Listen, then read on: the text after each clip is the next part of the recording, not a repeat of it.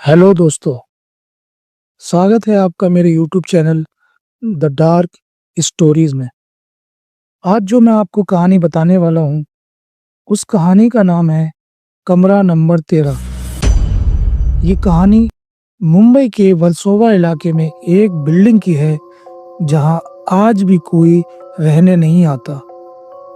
कहा जाता है कि यहाँ जो भी कोई रहने आता है, उसके साथ कई हादसे और कई लोग यहाँ गायब भी हो चुके हैं, और तभी से लोग इस बिल्डिंग को शापित मानते हैं। और इन सब की वजह उस बिल्डिंग का कमरा नंबर 13 है। कुछ साल पहले आर्यन नाम का लड़का सस्ते किराए के लालच में उस बिल्डिंग में कमरा किराए पर लेता है। उसे क्या पता था कि ये कमरा उसका आखिरी कमरा बन जाएगा।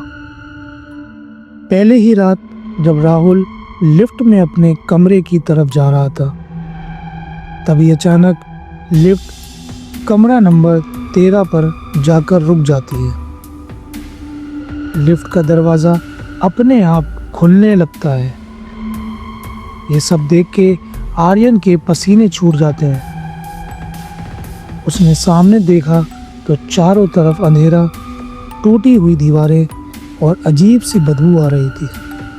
आर्यन डरते डरते पीछे लिफ्ट की तरफ बढ़ा और अपने कमरे में आ गया।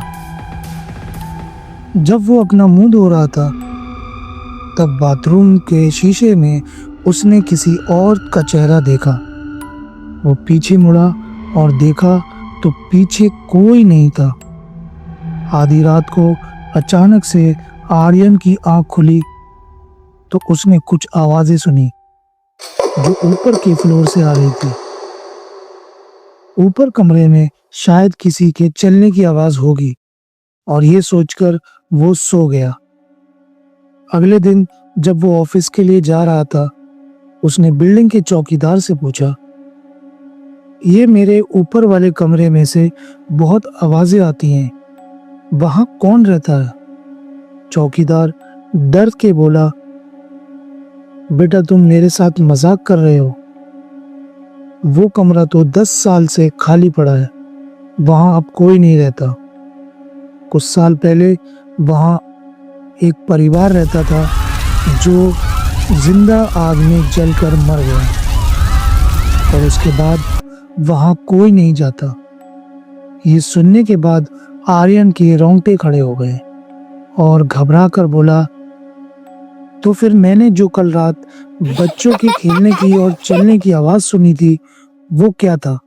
चौकीदार ने कहा, बेटा जितनी जल्दी हो सके इस रूम को खाली कर दो, वरना तुम पछताओगे। ये सब सुनकर आर्यन के होश उड़ गए और उसने उसी रात कमरा खाली करने का सोच लिया। रात को जब आर्यन काम से लौट रहा था, तो वो लिफ्ट में आ गया और अचानक लिफ्ट की लाइट बंद होने लगी। अंधेरा छा गया। अंधेरे में कुछ आवाज आ रही थी, मानो जैसे वो आत्माएं उसे बुला रही हों, तुम भी हमारे साथ चलो। और सामने कुछ साए दिखने लगे। आर्यन ये सब देखकर बहुत डर गया और चीखने लगा। वो लिफ्ट का बटन बार बार दबाता रहा, लेकिन लिफ्ट सीधा कमरा नंबर 13 पे जाकर रुक गई। उसने डर के सामने की तरफ देखा तो वही जली हुई लाशें उसके सामने खड़ी थी। आर्यन की चीख पूरे बिल्डिंग में फैल गई और फिर चारों तरफ अंधेरा छा गया। सुबह चौकीदार जब सुबह उस लड़के के कमरे की तरफ गया, उसने देखा कमरा पूरा अंधेरे में डूबा हुआ है और एक दीवार पर जले हुए हाथ के निशान छपे हुए हैं। कहते हैं आज भी उस बिल्डिंग के अंदर उस जले हुए परिवार का साया दिखाई देता है, मानो जैसे वो बुला रहा हो, तुम भी हमारे साथ चलो।